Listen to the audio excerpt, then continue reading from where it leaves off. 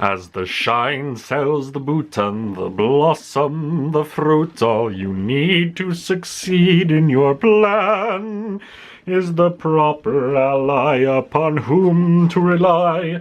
And I'm your man, for I have an acumen that's nigh superhuman. I sell things that nobody can, so I humbly suggest you accept my behest.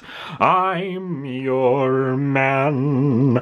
Eglantine, Eglantine, oh how you shine! Your lot and my lot have got to combine. Eglantine, Eglantine, hark to the stars. Destiny calls us, the future is ours. Kreisa. So, languages. I just came up with this topic and turned the camera on, as I usually do. You know, with these videos, I usually don't plan them out in advance. But, you know, as it pertains to languages, I guess I can just talk about, you know, my experience with foreign languages, my interest in them, because I'm starting. I want to get back into them. I do. I really do. But the thing is that I think a lot of people who are interested in foreign languages are also people who are not particularly interested in having lots of conversations with people who they don't particularly know very well. And so that creates issues with us. Learning issues. Learning disabilities, you could say. So the first language that I really got into was Icelandic. And I'm not bad at Icelandic. I mean, I'm bad at it. But, man, compared to any other language, like, I'm impressed by how much Icelandic I know. I can actually kind of do stuff in Icelandic. Amazingly. But no, why did I get into Icelandic? Well, it was because... what was it? I was getting interested in Norse mythology. I think what happened was I was reading Edith Hamilton's mythology, and there's this section, a lot of people don't know about that book. There's a section in that book at the end of the book that's about Norse myths. Now, the book is about Greek myths, but then right at the end, there's this section about Norse myths, and it's small, you know, it's not very long. And, but, you know, I read that, and that interested me, because I never really knew anything about that stuff. This was how long ago, man? I must have been in middle school at this time. And so then I looked into it, and I found that Dolaire, I believe it was like a duo of writers, the Dolaires, if I'm not mistaken, who did Dolaire's Book of Greek Myths, which is a book that I'd, you know, read ever since I was like 7. Those authors did another book called Dolaire's Book of Norse Myths, and so I was like, okay, I gotta check this out, because that book is really interesting with its illustrations. And so I wanted to see what they did with the Norse myths. And I got that, and I was surprised, because the book is like half the length of the Greek myths book. I have both of them right there on the shelf. It doesn't look like half the length, but if you open it up, it's like a lot less dense. I think it's maybe 2/3 of the length. But what it's missing is a lot of heroic stories, which is interesting, because it's all stories about the gods. And you get that in the Greek myths book too, but the Greek myths book also had a lot of hero stories, and like of demigods and men. The Norse myths book doesn't have that. I don't know why, because there's no shortage of I think, you know, heroic stories in the Norse tradition. But anyway, that got me interested in like, where are these stories coming from? my inquisitive mind, for some reason, never really cared about the Greek stuff in that same way.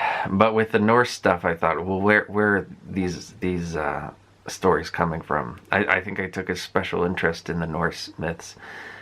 They came out of the Eddas.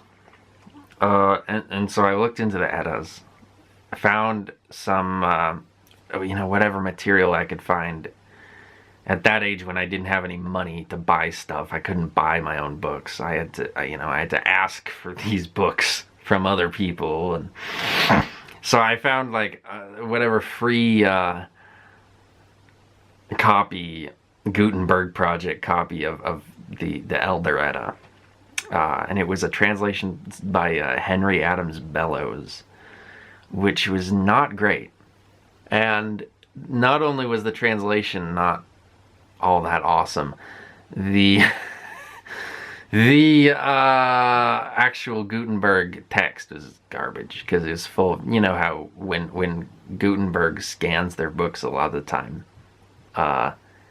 like they don't remove the errors, so there's just a bunch of errors just littered through the thing, and it makes it really hard to read. But I was still kind of obsessed with it. I was reading it a lot.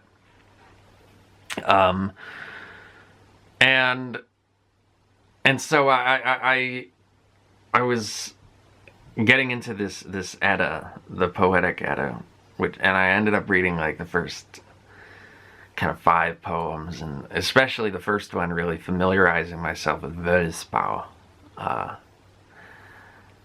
But then I kind of, because this Henry Adams Bellows translation wasn't very good, in my opinion, it was quite confusing. It was kind of a head scratcher, and I was reading the annotations, and the annotations were also kind of confusing. I was like, well, I wonder what this actually sounded like in the original version. So I did some digging, and I learned a bit about Old Norse, and found out that Old Norse is pretty much identical to modern Icelandic with some differences. And so I thought, well, there's probably a bunch of resources for learning Icelandic. And I'd always kind of been interested in learning languages. I definitely always had that within me, that desire to kind of explore languages as a topic of interest. But then when I found out about the Icelandic idea, it just sparked something in me. And I must have been 14 at this time. I got really obsessed with this idea that I would be able to learn Icelandic. And at first it was the idea that, I could learn Icelandic, and through learning Icelandic I could read these texts that I was interested in. But then eventually I kind of lost interest in the texts. Like I have the Elder Edda right there in English, a different translation, a more modern translation. It's a nice little edition, but I've never read it. I eventually read, Völsunga Saga. I read that, and I read like half of Njál Saga, which is boring, and that kind of, I think, turned me off of the whole Icelandic literature game, because I was like, it's not even really very good, is it? I mean, it's okay sometimes. I mean, I think there's some cool stuff in Völuspá and Havamal, for instance, and Völsunga Saga. But that Njál Saga really kind of frustrated me, because it wasn't a good story. But I kept hearing it kind of bigged up as this good story, and I didn't find it to be such. But it didn't really matter, because by that point I was already so invested in the language of Icelandic that I was pursuing that for its own benefit. And so when I was 14, I believe, that Christmas I had to request for Christmas a book, because I found that the one really sturdy, detailed grammar of Icelandic that existed was one that was published in the 1940s by an author named Stefán Einarsson. And there was an edition that was available for purchase from the 1980s. And so I I pled for that and got it for Christmas. And then I just read it. And it was just like one of the few things in my life that I could find any interest in. Because back then, you got to realize, I was depressed. And so anything that used to be interesting to me really wasn't very interesting to me anymore. It was actually a big problem in my life trying to find a way to get interested in things that I used to just naturally find interesting. No, the need to find a way to interest myself was something that really occupied a lot of my mind back then, in a way that it doesn't anymore. Because I've totally recovered from that issue. But yeah, that was one thing I could do. I actually found that reading this very dense grammar, very challenging grammar, with a lot of semicolons. The punctuation wasn't very good. It was very lazy punctuation that was overly reliant on the semicolon. And also some of the grammar was a bit out of date, and the spelling was a bit out of date because it's an old grammar. But I found it immensely fascinating. Declensions, something that don't exist in English very much outside of the pronouns and plurals and the conjugations of verbs. We don't really have the same kind of case and gender systems they have in Icelandic. And so I found that all that stuff like this really unique challenge, and this sort of, like, I was connecting to something really fascinating. Like I was accessing a sort of main line of culture that other people had, and I think at that time, now I'm a lot more culturally aware and cultured now, and I have a lot more experience, and I have a lot more knowledge because I've read a lot more books now than I had before. But at that time, I was just starting to really learn hardcore this kind of shit.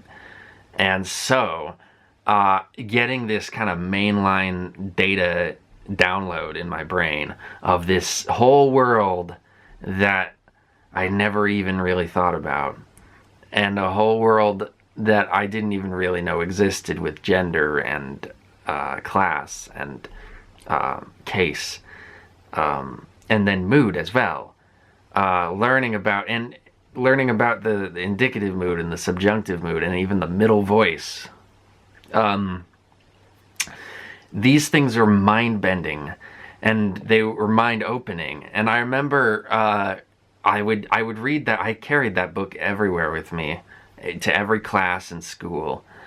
I would read it when I was supposed to be doing my schoolwork. I would just read this book. One thing is, I was informed of the fact that Icelandic was a difficult language for an English speaker to learn. And that was something that kind of excited me a bit. The idea that I was taking on not just the challenge of learning another language, but the challenge of learning a particularly involved foreign language. But I found that also learning this stuff made me understand English in a way that I never had before. Because, and not just simply the fact of breaking down grammar and having to kind of learn grammar from the ground up, which kind of helps with any language understanding English.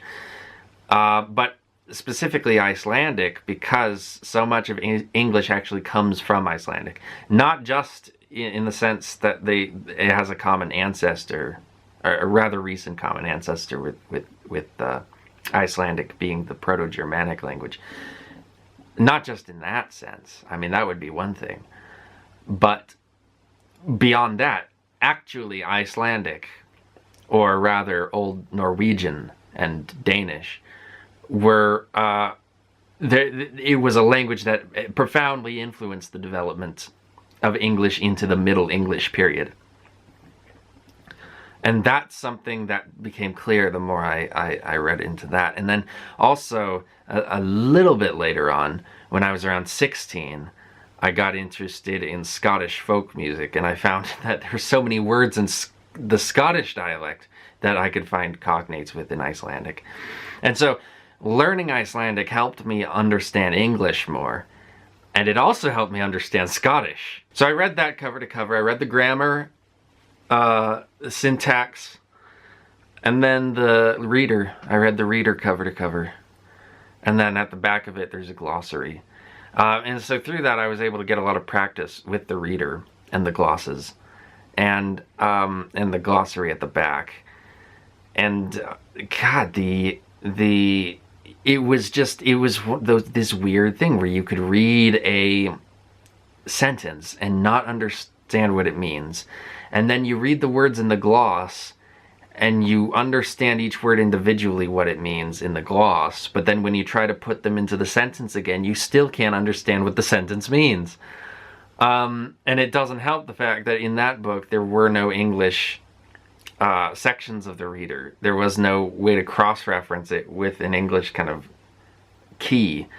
And so you just had to rely on figuring it out for yourself. And it was immensely challenging, and I often got the wrong idea about things. And I would sit there, and not just with the reader, but also with the grammar, reading these syntax sections. Like I would read this section of syntax, or there'd be and they would have example sentences littered throughout the grammar. And I would be reading these example sentences and going, I do not understand this. How does any of this work? How does any of this go together? And these concepts are so challenging, especially because my brain was in such a state of decay at the time. They were so challenging to figure out, and I would sometimes just sit there for hours pondering over one paragraph, just reading one paragraph of this book over and over and over, reading the example sentence, reading the explanation, reading the glosses for the different words, over and over, just reading and thinking and reading and thinking and reading and thinking and trying to understand what I was reading. So it was really an exercise.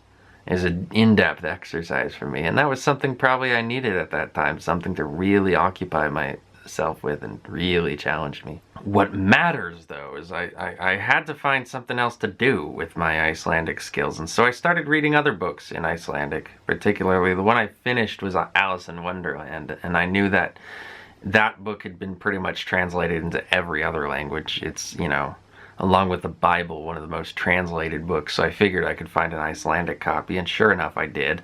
Helped a little bit that I had some understanding of the story already, so I could kind of figure stuff out. So yeah, I have not read Alice in Wonderland in English, but I have read it in Icelandic. But yeah, that was a method, you know. It wasn't a great method, but it was a method. You could read a book and then just, you know, look up words that you were confused about. And for me, that was like every sentence. There were 2 or 3 words I was confused about, and then over and over looking up the same words because I would forget them. But that ended up being the problem. I tried using flashcards and other stuff, but the ultimate issue was vocabulary. I also kind of wanted to get good at understanding spoken Icelandic, so I was watching a lot of video content. One thing that I found I was really good at was understanding. There's this series from the early 2000s, I believe, called Viltu læra íslensku, and it was this like thing in Icelandic for people who want to learn Icelandic, and so it was all in Icelandic, and there were subtitles in Icelandic. So it was just a way for them to introduce you to simple situations that you encounter in life and simple sentences, and not overwhelm you with really complicated, fast-paced dialogue, but have like simple things for you to watch and follow along with so that you can understand what they're saying. I got pretty good at understanding that stuff even without the subtitles. I didn't get perfect at it, but I got pretty good at it. And then there was also a movie that I really liked called Hrafnin Flýgur, which means the raven flies, and it's this really cool Viking movie. Quite similar, actually, to The Northman, and that's kind of one of the reasons I didn't like The Northman very much, because I thought it was kind of a shittier version of this much older, less expensive movie. But I liked that movie because it had a very simple script, so I could really understand a lot of it, and also visual storytelling, a lot of visual storytelling. So even if you didn't understand anything they were saying, you could pretty much understand what was going on and what the characters' motivations were. And you know, there were little things I could pick up, like I could understand some of the sentences they were saying, like "Pappi, där blåda hästen," stuff like that. But eventually, you know, as I said, I reached a ceiling with Icelandic where it was just down to the vocabulary. I just couldn't remember the words. I just, no matter what I did, I couldn't, like, they would just go in one ear out the other. I couldn't remember them. And so it got frustrating, and it got to the point where I just wasn't learning anything anymore because, you know, it was a law of diminishing returns. The more I practiced, the less I learned. And so I quit, pretty much. You know, I didn't officially quit, but I pretty much just put it down for years and years and years. It's probably been about 6 years since I really was serious about it.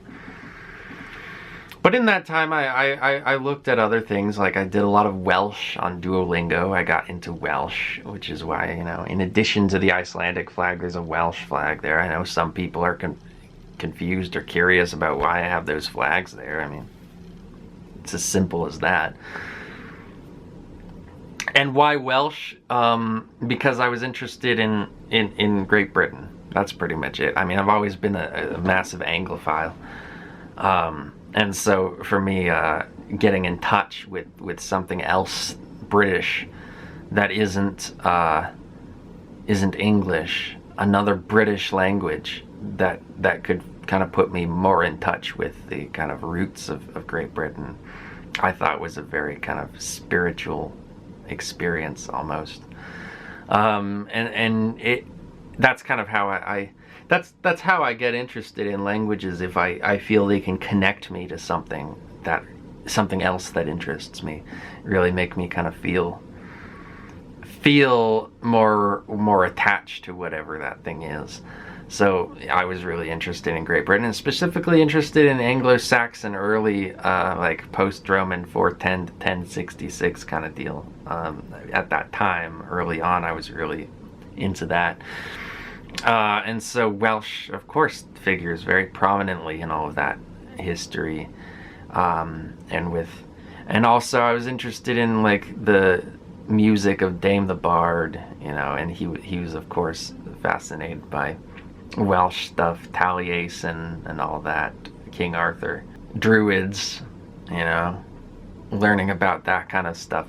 So, and I always liked the look of Welsh.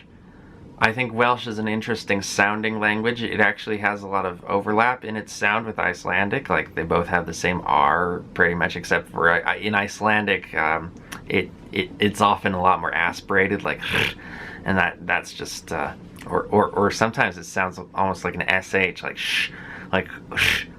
And that's just a feature of the way it's pronounced in Icelandic a lot of the time. In Welsh, it's much more regular.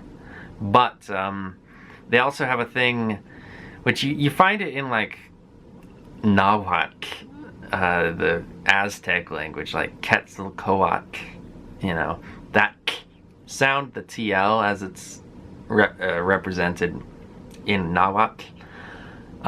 You get that in Icelandic as a double L, like the word fjalla, or fjall would be the regular nominative singular of that. Or you get it twice in the name of the mountain Eyjafjallajökull, which is a very famous volcano in Iceland. But you also in Icelandic get this sound, which involves the L as well, and it's kind of like, but without the stop at the beginning. So it's rather than being like an affricate, it's more of a regular fricative, and that is the sound of the double L in Welsh as well.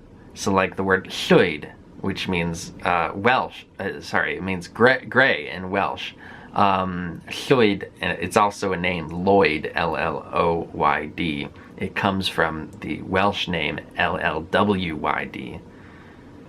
And also the name Floyd was kind of English people trying to approximate the sound, so it kind of sounded like an FL to them, Floyd. So that's the same idea. Let me see if I can pronounce it, alright? Llanfair pwllgwyngyll go gerig chwerndrab llantysilio go go goch.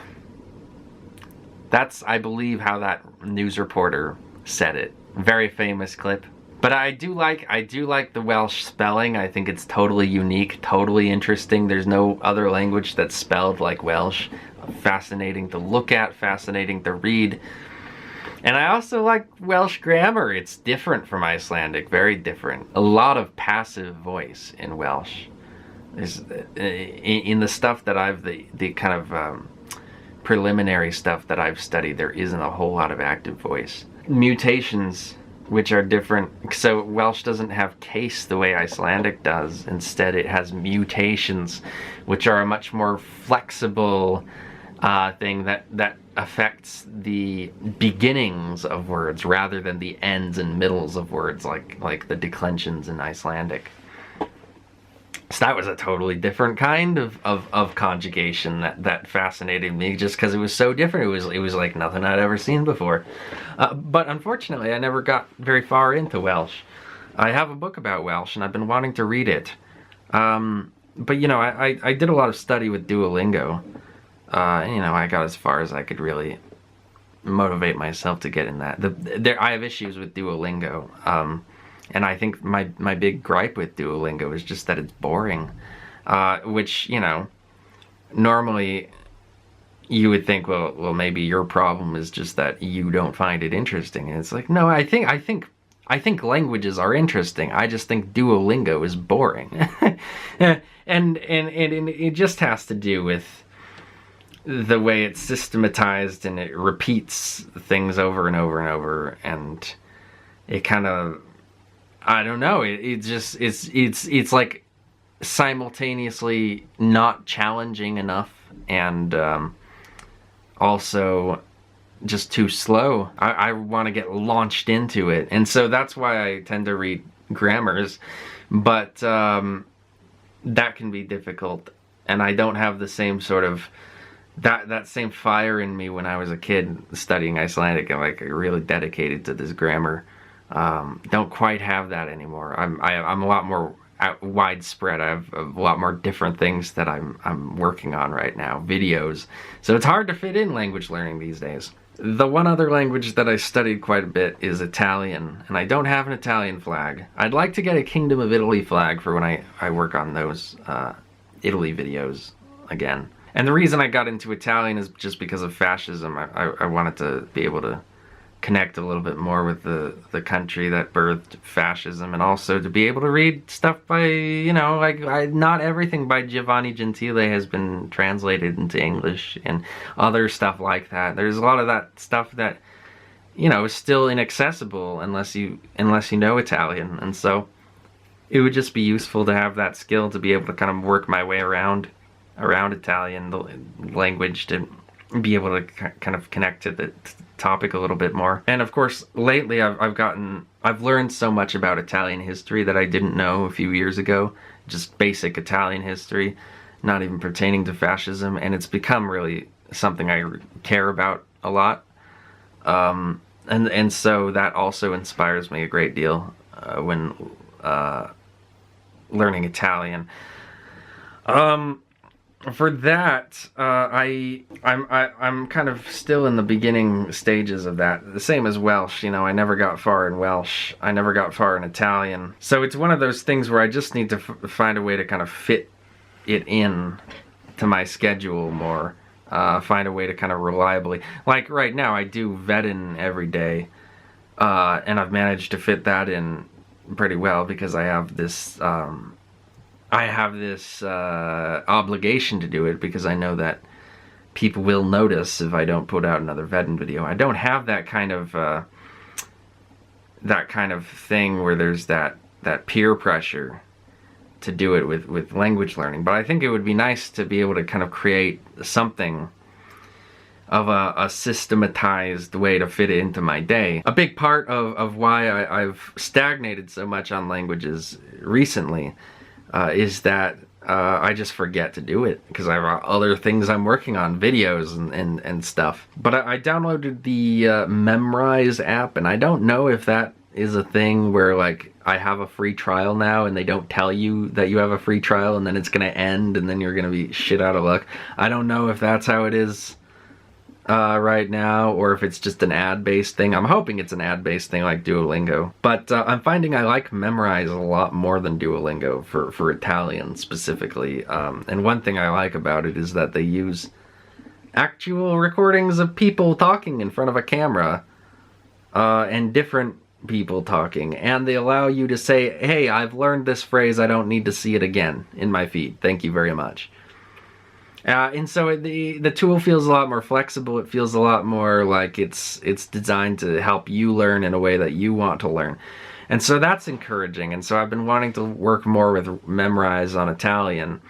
And so I've wanted to do that. And then I've also wanted to read my Welsh grammar, which I haven't done yet. But then the other big thing that came about recently, and I haven't had much opportunity to experiment with it because, like I've said, I've just been forgetting about it. But if I can find a way to systematize things a little bit more and make time for it, it would be great, because I fell in love with this method, ChatGPT, for Icelandic specifically, because as I said, I'm actually pretty good at Icelandic, and so I can just straight up talk to ChatGPT in Icelandic. I can do that. I have the power to do that. I'm good enough at the language that I can formulate thoughts in Icelandic to ask it questions, and it will spit out answers. And basically what I do is I just get the ball rolling with a conversation, and then it will respond in Icelandic, and then I'll just ask it questions about the stuff that it said. Like, what does this word mean? How are you using this? What case is this in? Is this a verb or a noun? What does this phrase mean? Does this mean the same thing as this in English? And I'll say all of that in Icelandic. And it's actually teaching me, it's a very effective way to learn the terms for how to talk about the Icelandic language in Icelandic, because you end up using those terms over and over when trying to have a conversation with ChatGPT in order to learn about this stuff. And just basic words like this, like ákveðin, for instance. That's a word that, I'd seen it many times in my study of the language in the past, but it never sunk in. It never sunk in for me because it's just so too few and far between the uses of it. But with this, it comes up all the time. Ákveðið, ákveðin, ákveðnu.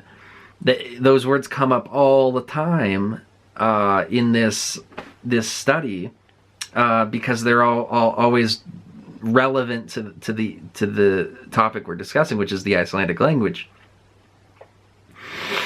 And so, grammar terms like karlkynsorð or nútíð or framsögnorð, stuff like that, which are words that I wouldn't, fleirtala, that's another great example. Words that, they would like kind of be there in my head, but because I didn't have an opportunity to read them much or use them much, they would kind of like fall out of my memory very easily.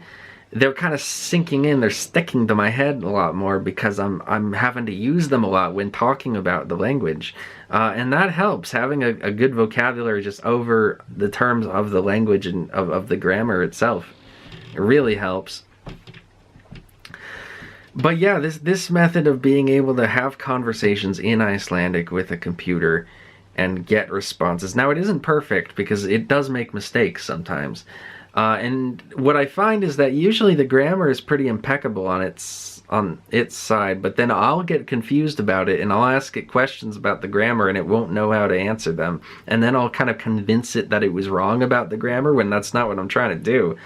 And so that's kind of one of the issues, is that ChatGPT has issues with, it's good at grammar, but it's bad at knowing when it's right or wrong. When you are insistent that something isn't adding up, it will then eventually start believing you that something isn't adding up. And maybe you're right that something isn't connecting with you, but it's not it's not the fault of the computer for doing that. It's the inability for the computer to explain it in a way that makes sense. And so that's an issue with ChatGPT. But it's really, that's the only big issue with it when it comes to this method, I think. It's a good method for learning a language, I think, if you don't want to talk to real people. And I do not want to talk to real people, absolutely not. I've tried it before, I've done it before. Like, I've actually had conversations over text with real people in Icelandic before. It's not fun. I don't like it. So, you know, if I can do it without the real person, it's better. And it's all on my time. I decide everything, and also the computer is better at like being correct, I think, than regular people. And it's totally free. And there's a lot of great advantages to it, but the biggest advantage is that it's engaging, because it's a real conversation. Unlike, you know, reading a book, or, you know, watching a thing, or doing an app and flashcards or whatever. Those things are harder to really learn anything long term, I think, because you run into the vocabulary ceiling like I did, and also they're boring. With ChatGPT, you don't run into the vocabulary ceiling, because whenever you have a vocabulary issue, that just gives you another prompt for something else to ask. So, you know, with a lot of stuff like reading a book, you're taken out of the process by having to look up words that you don't understand. And so it becomes really tedious, because you want to be involved in this process of the reading, but you can't, because you're constantly being taken out of it by having to do this other process of looking up words, a lot of which you feel like you should already know because you've seen a bunch of times before, and you're like, what does that mean again? Jesus. With this system, it's a lot better because it's part of the same process. You're just having a conversation with this computer. And so you can just add that to your list of conversation topics, like, what does this thing mean? And because these are words that end up being used a lot over and over in the conversation, you really get used to them, and they become more kind of intuitive very quickly. So it's very similar to learning with a real person, having a friend who just kind of tells you what you need to know. Although I think in some ways it's more efficient, because a lot of the times those people who are trying to help you learn a language, they don't necessarily know the explanation for how this stuff works. They just know that it works, and they're like, well, you just say this when you need the thing, and you're like, what? That doesn't make sense. But if you try to ask them, they'll be like, yeah, it's like, you know, this. They'll have some bullshit like 2-word response for you that's not very helpful. So there's a lot of human error involved with real people that I don't like, and a lot of faff, and yeah, I would much rather be able to learn something without talking to someone, and this is a good way. This is a good way of doing that, I think. Like I said, the system has flaws, but I think overall it's better than a person.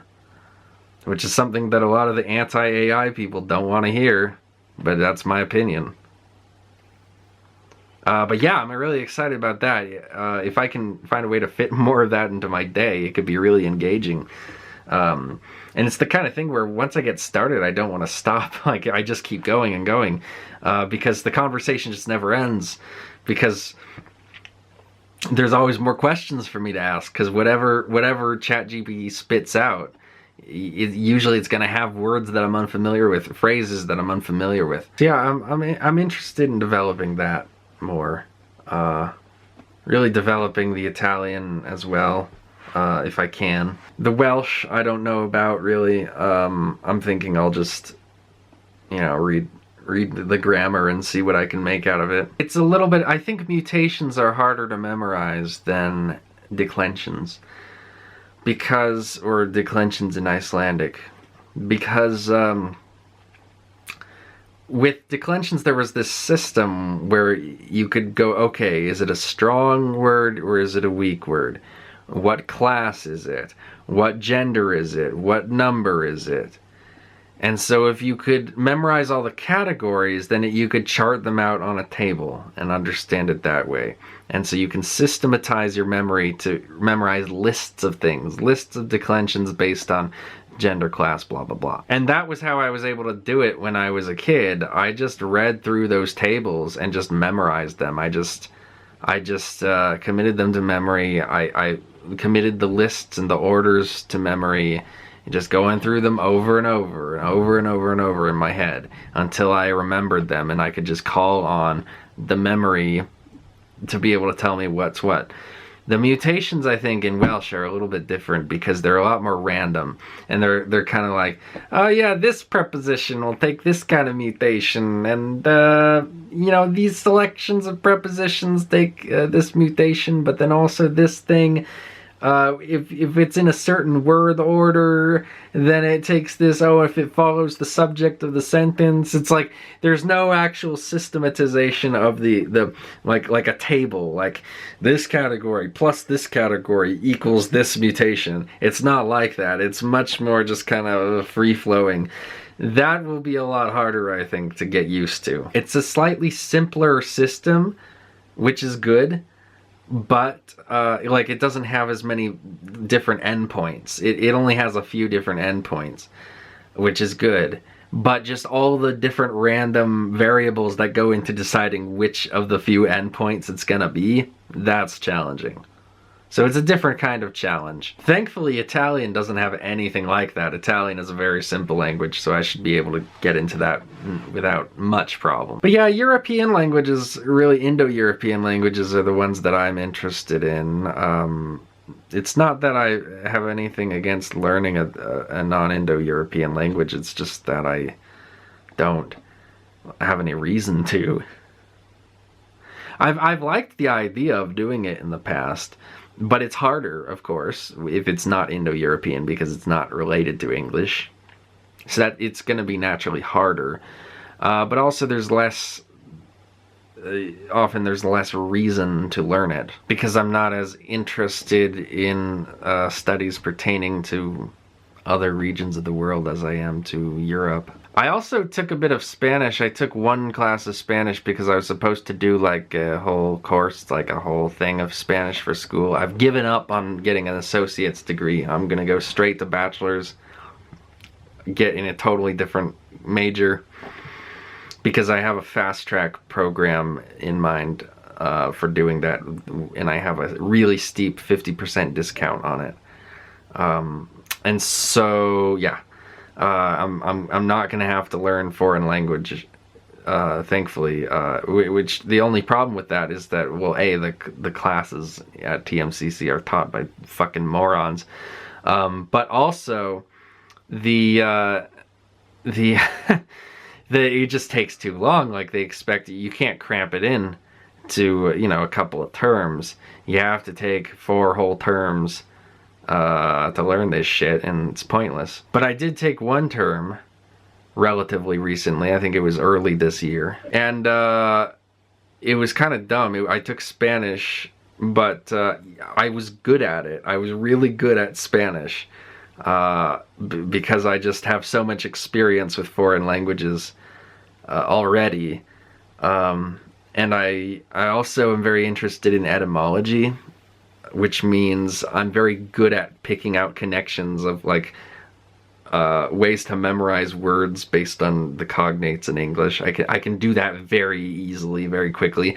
Another thing I'm good at, here's another language skill I'm good at, is figuring out what abbreviations mean. Like something like NASA, that's an acronym, or an initialism. I'm very good at guessing what abbreviations mean. So that's it. That's VEDN day 27. 28's tomorrow.